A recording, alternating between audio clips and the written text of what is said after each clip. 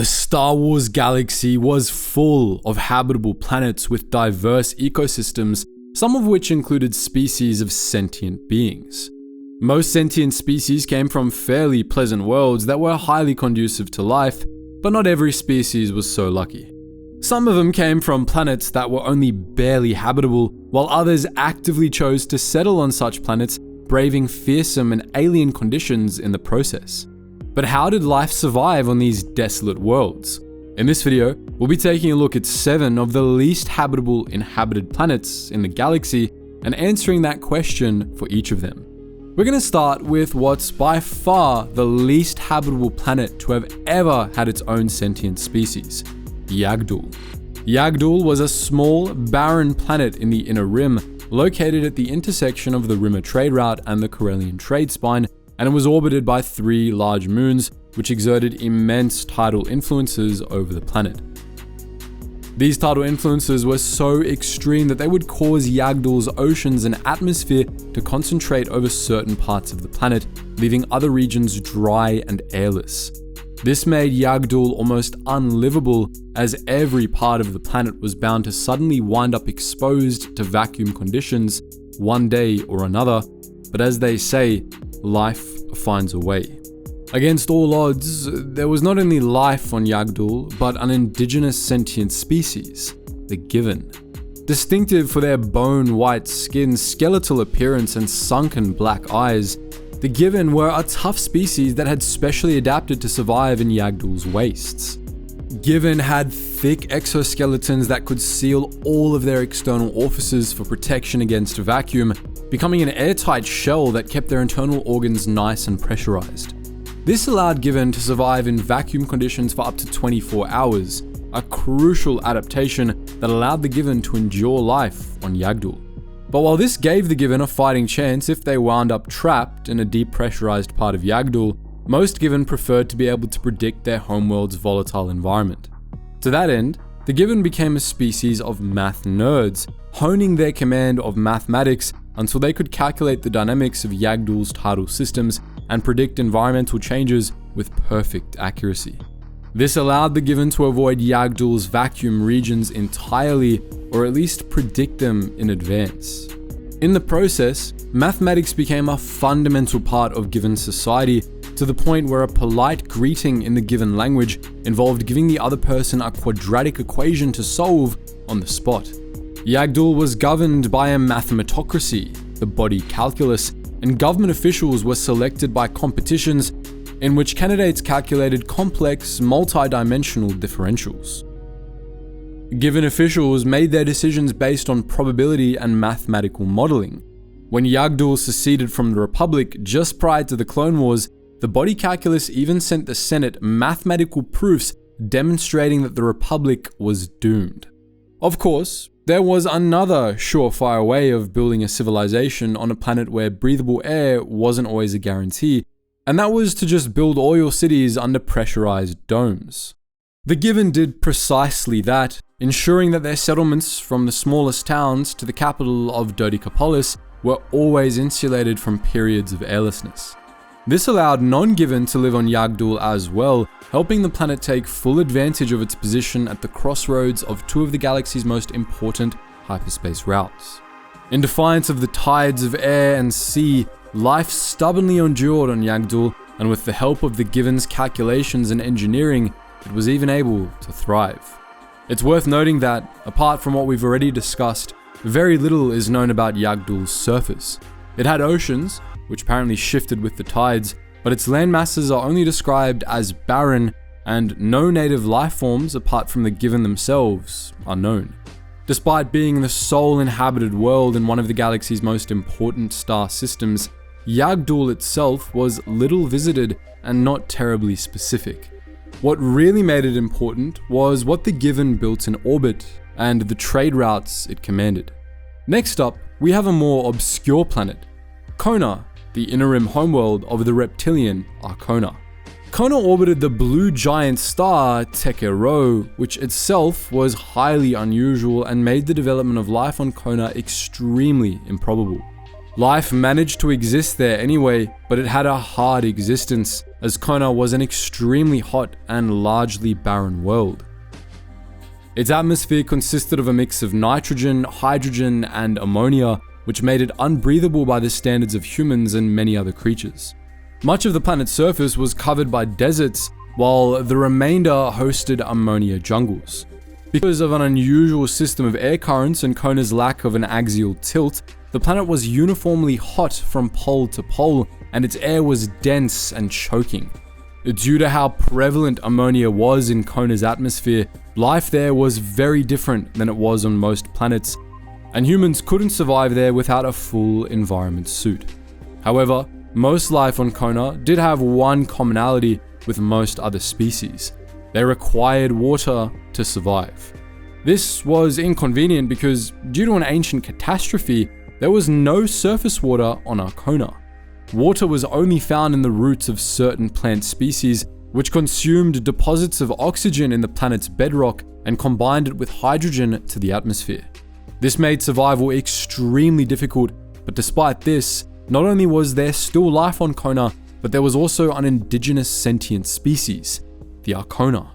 Arcona were scaleless reptiles with anvil-shaped head and large eyes, and in order to survive Cona's harsh environment, they evolved to be very tough.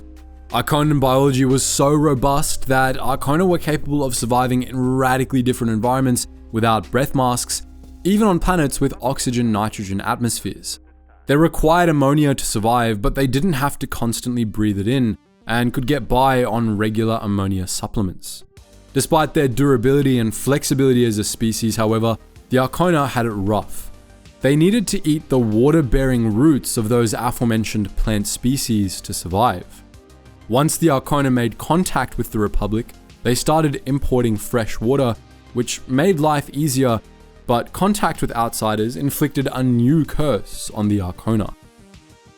Arconan biology meant that ordinary table salt was a highly addictive drug to the Arcona, and since salt was largely an unregulated commodity in the galaxy at large, off-world Arconas could get exposed and addicted very easily.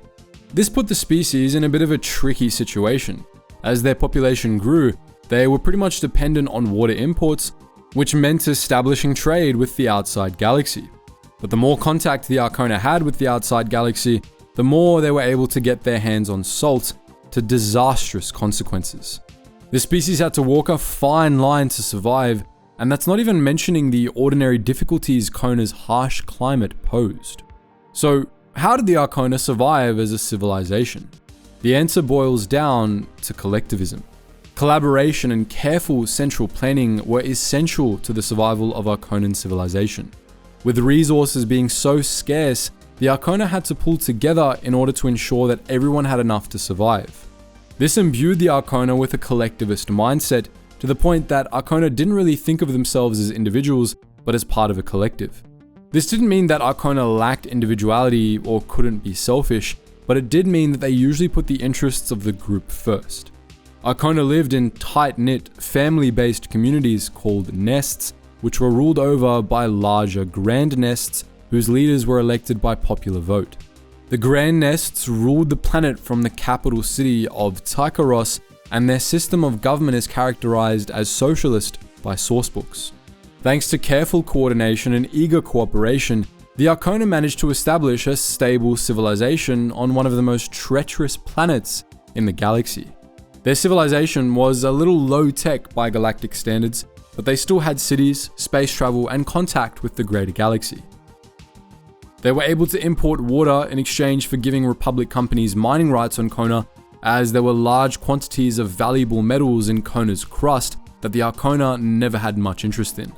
This sometimes led to abuse of the Arcona by outsiders, but the planet's strong government and close ties to the Republic kept most Arcona insulated from the mining companies' activities, unlike the vast majority of the galaxy's mining worlds. The Arcona weren't the most powerful, but their government had enough pull to ensure that it was fairly treated by most outsiders. It also used this pull to promote government projects that it perceived as conducive to building a united galaxy. For this reason, Cona supported the Republic during the Clone Wars, and it initially supported the Empire, although that changed after it became apparent that the imperial narrative of unity and order was a lie. Next up, we have Dorin, the expansion region homeworld of the Keldor. The Dorin system was rarely visited, largely because it lay between two black holes, which posed navigational difficulties, but also because of the planet's inhospitable environment. Like Cona, Dorin's atmosphere was not breathable by humans. It consisted of helium and a unique gas, with next to no oxygen, nitrogen, or carbon dioxide. For Dorin's native creatures, which evolved to breathe this air, this obviously wasn't a problem, although it required Keldors to wear anti-ox masks when off-world, and it meant that visitors to Dorin required their own breath masks.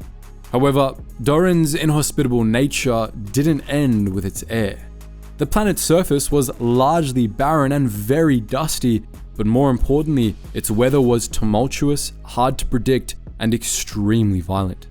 Being outside during a storm on Dorin was a death sentence, and structures that weren't reinforced to ensure Dorin's storms would be swept away. All told, the planet's weather posed a serious survival challenge to the Keldor, and the way Keldor society originally overcame this issue is fascinating. The Keldor were a unique species in many ways, from their non-standard air requirements to their unique facial structure. In some ways, they were tougher than most beings. They could survive the vacuum of space for a limited time, for example, and their skin was tough and leathery. However, they tended to have weaker constitutions than the average human overall, and the conditions of most planets were dangerous to Keldor, especially oxygen-rich worlds. Keldor were gifted with extrasensory organs that gave them superior perception and reflexes, and most importantly for this video, they also had a high rate of force sensitivity. The prevalence of force sensitivity on Dorin all but ensured that the Keldor developed their own order of force users. This order was known as the Baron Do, and it was even older than the Jedi Order. Back before the Keldor developed advanced technology, the Baron Do sages once had enormous importance to Keldor society, as they specialized in sensing when one of Dorin's fearsome storms was on the horizon. This gave the sages great power. In the early days of the Order, sages were usually given positions as advisors to wealthy Keldor regents, helping them prepare their people for the coming storms. But the Force is good for more than providing weather forecasts, and before long, the Baron Do sages realized they could use their powers to predict other catastrophes as well, such as wars and natural disasters. Soon, Keldor society as a whole relied on the guidance of the Baron Do sages, who not only helped them survive the travails of life on Dorin, but who also kept Keldor society stable. The Baron Do sages declined after contact with the Republic, partly due to competition from the Jedi Order. The Jedi and the sages were on good terms with one another, and Keldor Jedi were often honorary Baron Do sages as well, but as the Jedi recruited more Force-sensitive Keldor, the number of sages on Dorin itself was greatly diminished. Of course, contact with the Republic also brought advanced technology, and that was another reason for the sages' decline. The Keldor were able to get similarly accurate weather predictions by building satellites in orbit and making their cities out of more storm-resistant materials. By the time of the Clone Wars, the Keldor survived the conditions of Dorin more through technology than through the Force. But the role the Baron Do sages played in their civilization's survival was unique, and it's an interesting contrast to how Givin society developed on Yag'Dhul. While Dorin and Yag'Dhul had considerable differences from one another, the core problem their peoples faced was essentially the same. They had to find a way to predict the onset of dangerous, ever-changing, and often unpredictable weather conditions. One species turned to math to save themselves, devoting their entire society to it in an effort to overcome the problem rationally, and the other turned to mysticism, trusting in the Force and the wisdom of the sages to save them. Both approaches worked equally well, which just goes to show that, especially in the Star Wars galaxy, there were many different ways in which societies could develop, survive, and even thrive. Our next planet is one of Star Wars' more well-known worlds, the remote Outer Rim planet Mustafar. Mustafar, in all fairness, wasn't always a hellhole. Once, Mustafar had been a lush, green world, a moon of the gas giant Jestafad, and the Jedi even had a temple on the planet. But during the Great Sith War, the activation of a powerful Force artifact ripped Mustafar out of Jestafad's orbit, making it its own planet instead of a moon. Jestafad still exhibited enormous gravitational influence over Mustafar, but in the planet's new orbit, the neighbouring gas giant Lafrani did as well. Both exerted enough gravitational influence to prevent either from capturing Mustafar as a moon, and the resultant gravitational tug-of-war laid waste to the planet. Immense tidal forces shattered Mustafar's crust and put enormous stress on its core, causing significant internal heating that scorched the whole planet. The geological chaos turned Mustafar into a volcanic planet with an ashen surface dotted with rivers and pools of molten lava. Now, despite that, Mustafar actually wasn't as hot as you might expect a planet with a 35% molten crust to be. That was because Mustafar's rocks were largely composed of unique mineral allotropes with a much lower melting point than most rocks. The planet's lava thus had a temperature of 800 degrees Celsius, which was still very hot, but cool enough to be safely handled with specialized equipment. That was small consolation for Mustafar's native lifeforms, however, the vast majority of which went extinct when the planet was ravaged, and which could not have tolerated the volcanic hothouse Mustafar became. Virtually any living thing was bound to have a hard time surviving on Mustafar. This wasn't just because of the heat and lava either. Because of constant volcanic activity, the air was hard to breathe, choked with smoke, ash, and tiny shards of tephra and volcanic glass. The planet was also subjected to constant storms, making life even harder for anything else that survived all the other nonsense on the planet. Mustafar was such a dangerous place that it was widely considered the least hospitable habitable world in the galaxy, and yet there was still life on its surface. Not only that, but Mustafar even had its own sentient species, the Mustafarians. These guys were only briefly seen in Revenge of the Sith, so you're forgiven if you never noticed them or forgot about them. The Mustafarians were an insectoid species that came in two distinct subspecies: the northern Mustafarians, who were taller but physically weaker, and the southern Mustafarians, who were shorter and stockier. The Mustafarians were the original indigenous sentience of the planet, predating the accident that transformed it into a volcanic hellhole. They evolved from extremophiles that lived in Mustafar's then dormant volcanoes, and after the cataclysm, they spread across the planet, as they were some of the few creatures that had the adaptations necessary to survive on this changed world. To start, the Mustafarians had adapted to Mustafar's harsh conditions. They had layers of thick exoskeletal plates over their leathery skin, which provided natural insulation against heat. This exoskeleton was thick enough to shrug off a blaster bolt, forcing the Mustafarians to use kinetic weapons in combat with one another. This adaptation alone helped the Mustafarians survive, but the development of technology on Mustafar was a big help as well. Mustafarians who worked close to lava flows wore armor made of the carapaces of lava fleas for added protection, as well as breath masks to filter undesirable elements from the air. The weaker northern Mustafarians sometimes replaced their limbs with cybernetics to improve their capabilities, giving them a better shot at surviving accidents or conflict. Society innovations also played a big role in the Mustafarians' endurance.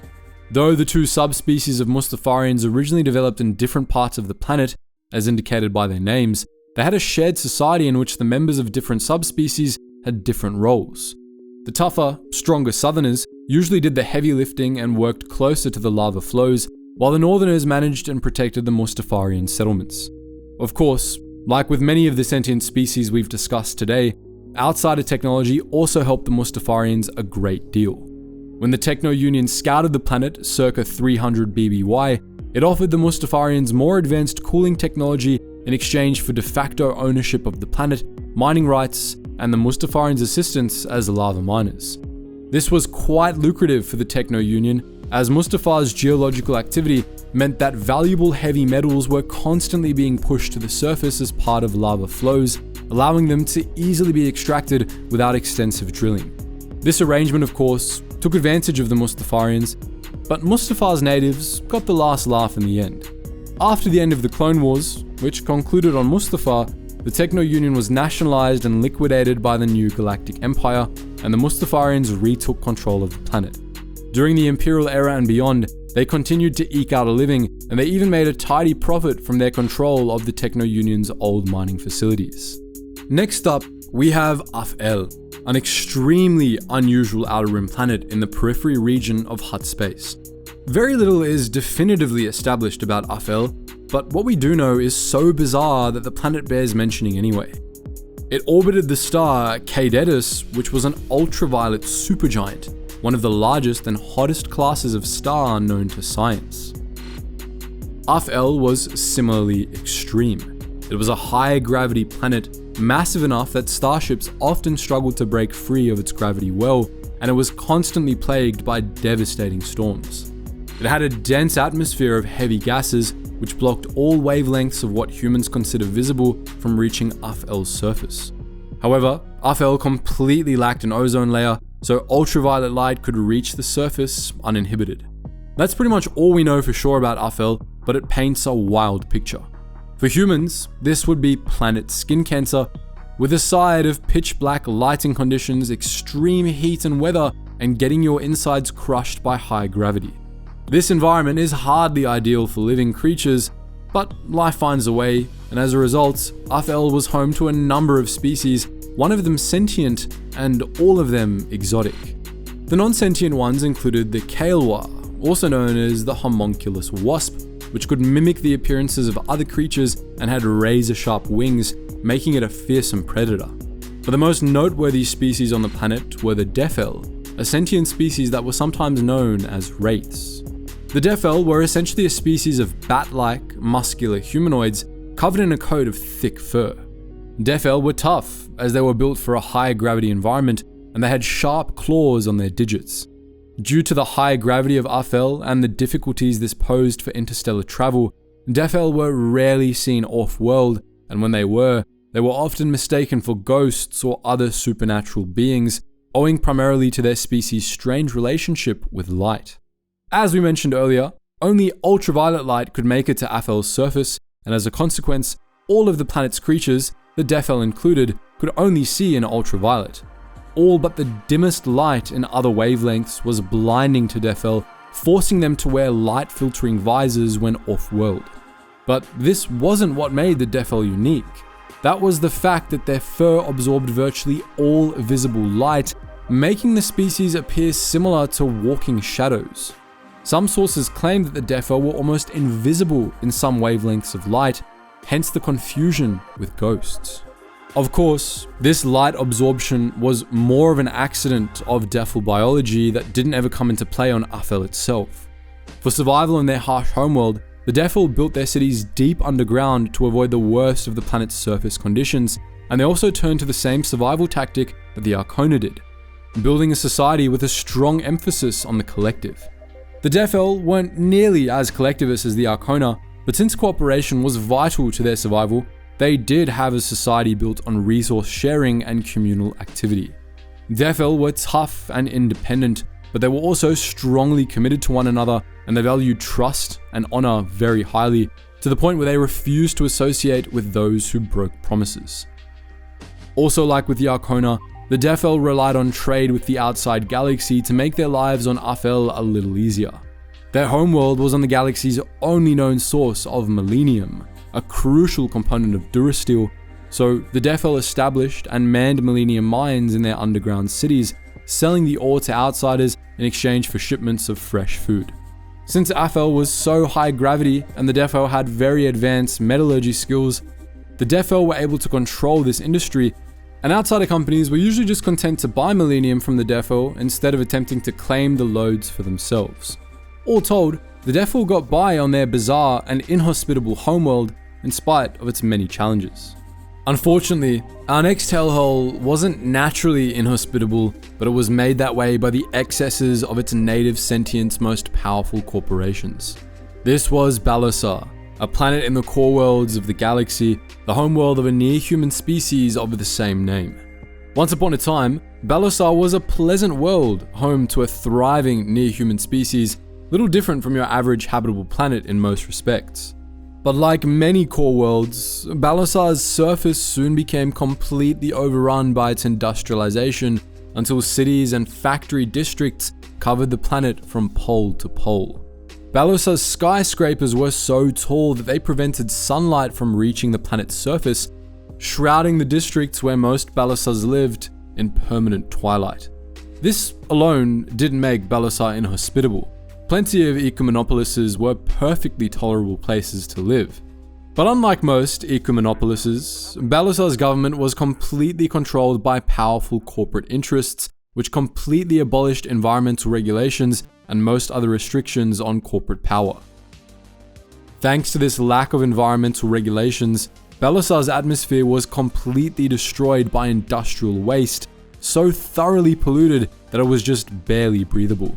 The Balosars as a species only survived because of a chance mutation that allowed them to filter toxins out of their bloodstreams. All of this made Balosar's corporate executives tremendously rich, but it left the vast majority of Balosars in absolute misery. Workers' rights were nearly non-existent on Balosar due to corporate rule, and as a result, Balosars were practically worked to death in their homeworld's factories for low wages. The bulk of Balosar's population was trapped in crippling poverty and treated little better than slaves. Whenever Balosar encountered economic difficulties, such as the decline of its heavy industry due to the founding of more efficient mech worlds elsewhere in the Republic, the corporate government simply made up the difference by making life harder for the common people, cutting education and other social services. Most Balosars had to turn to crime in one way or another to survive. Somehow, life on Balosar soon got even worse.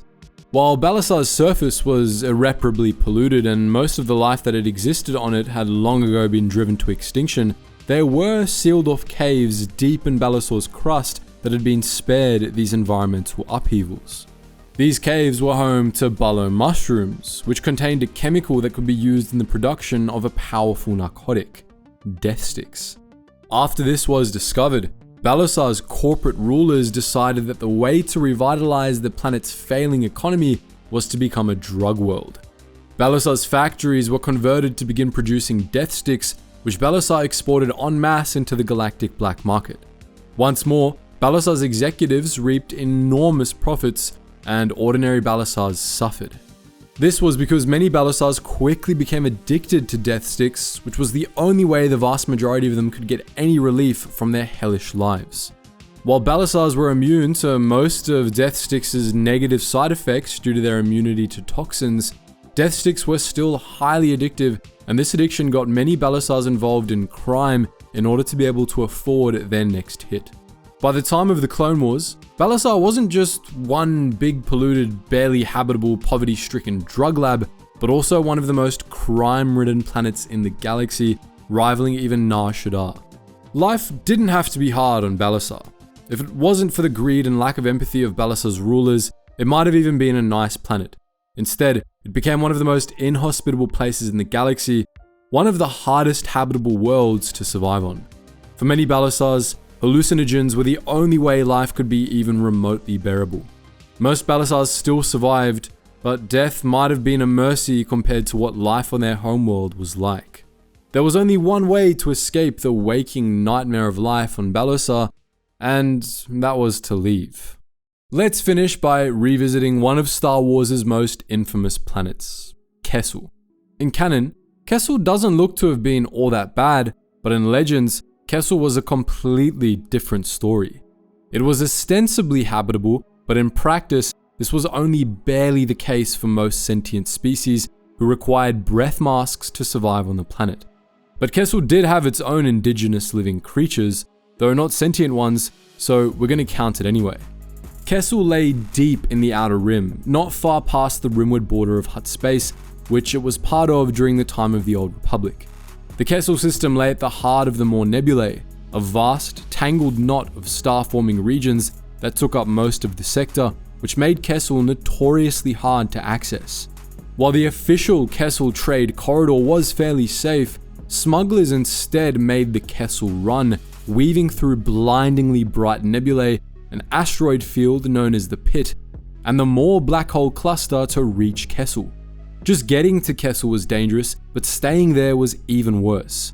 Kessel orbited the blue-white star Kessel, which was larger and hotter than the suns of most habitable worlds. The planet was barren and misshapen, looking more like a massive asteroid than a real planet. Its gravity was only a little higher than average, despite its lack of gravitational rounding, and it technically had a breathable atmosphere. However, solar wind from Kessel constantly eroded Kessel's atmosphere, which forced the Republic to build factories on Kessel's surface that constantly pumped additional oxygen and nitrogen into the sky to replenish the atmosphere. Even then, most sentients required breath masks to breathe on Kessel's open surface, as the atmosphere was still quite thin. Kessel's surface was mostly barren, consisting of jagged mountain ranges and empty alkali flats. There were no known native life forms on the surface of Kessel, though the planet was dotted with climate-controlled habitats, as well as a single city, the military town Cassandra. But there was life deep in Kessel's interior, in networks of caves that tunneled deep into the planet. These caves were stalked by energy spiders, exotic and highly dangerous creatures that fed on energy. This made them completely resistant to blaster fire, which was unfortunate given that they were highly aggressive and often attacked those that ventured into their caves. Energy spiders had legs tipped with razor-sharp claws, and they could spray webbing from their mouths to trap their prey. Once ensnared, an energy spider's meal would be impaled and drained of its life forces. The energy spiders made Kessel even more inhospitable, but they were also the main reason people came to Kessel in the first place. The webs spun by energy spiders could be processed into glitterstim, one of the most potent and sought-after kinds of spice, which could only be found on Kessel. Once this was discovered, Kessel became one of the biggest spice mining planets in the galaxy, to the misfortune of the miners forced to work there. Labor in the spice mines of Kessel was usually not voluntary, and it was always highly dangerous. Miners not only had to endure Kessel's thin atmosphere, but they were also routinely subjected to energy spider attacks. Worst of all, glitterstim was photoactive, such that exposure to light rendered it inert and useless. This means that Kessel's spice miners had to work in complete darkness, which made work harder, led to frequent accidents, and prevented the miners from seeing the energy spiders before it was too late, on top of making the mines creepy as hell. So, how did sentients survive on Kessel? Well, many of them didn't, and that was part of the point. While the original spice mines were established by the Republic and largely staffed by volunteers, the Republic lost control of Kessel in its later years. The mines fell into the hands of the Colicoids, then the Hutts and the Pike Syndicate, and they staffed the spice mines with slave labor, replacing casualties with new slaves brought in from Hutt space. After the rise of the Empire, Kessel became a penal colony run by Imperial officials who worked prisoners to death in order to produce drugs for the Empire to sell on the black market in violation of its own laws. Kessel was an inhospitable planet, but like on many worlds, its native life had adapted to its conditions, and it was only outsiders that really struggled there. Even then, this was less because of the conditions of Kessel itself, and more because of the conditions that put them in those mines to begin with. The governments and cartels that forced people into those spider-choked caves to begin with. No matter what horrors nature creates, life finds a way, and as the cases of Kessel and Balosar show, intelligent life often finds a way to create its own horrors, far worse ones than what the environment can conjure. So, that's our look at 7 of the most unsurvivable habitable worlds in the Star Wars galaxy, and at the people who survived there anyway. But what do you think? Would you like to see separate videos about any of these planets or species? Let us know your thoughts in the comment section below, and as always guys, thank you so much for watching, and I hope to see you in the next video.